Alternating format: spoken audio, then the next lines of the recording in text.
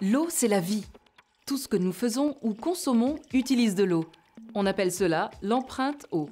Par exemple, quelle est l'empreinte eau d'un kilo de cacahuètes? Réponse à la fin de ce reportage qui nous emmène aujourd'hui au Bangladesh. Dans le district de Morel-Gandji, on comptait un nombre anormal de maladies cutanées, de dérèglements intestinaux et de cancers. Ce grand nombre d'affections pouvait être la conséquence de cours d'eau et de puits insalubres et contaminés par des produits chimiques.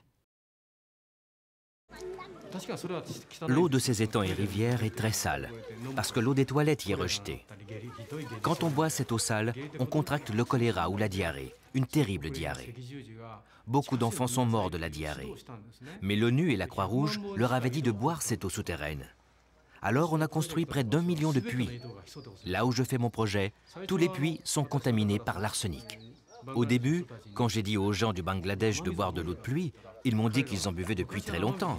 Mais quand on parlait d'eau de pluie, eux parlaient de l'eau des étangs. Bien sûr, il y a de l'eau de pluie mélangée dans l'eau des étangs, mais je leur disais que cette eau était en fait contaminée. Et quand je disais que l'eau venant du ciel était propre, ils me disaient que le ciel était propre. C'est pour ça qu'à partir de ce moment, j'ai cessé de parler d'eau de pluie, pour dire plutôt eau du ciel.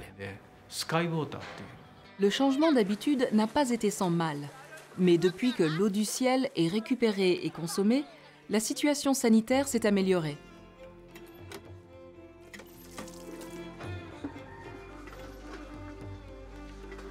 Nous avons dû surmonter beaucoup de difficultés à cause de l'eau.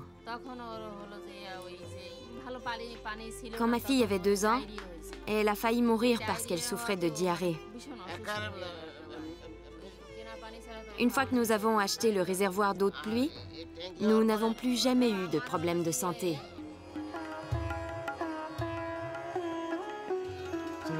Ils étaient aussi contents parce que la diarrhée a cessé.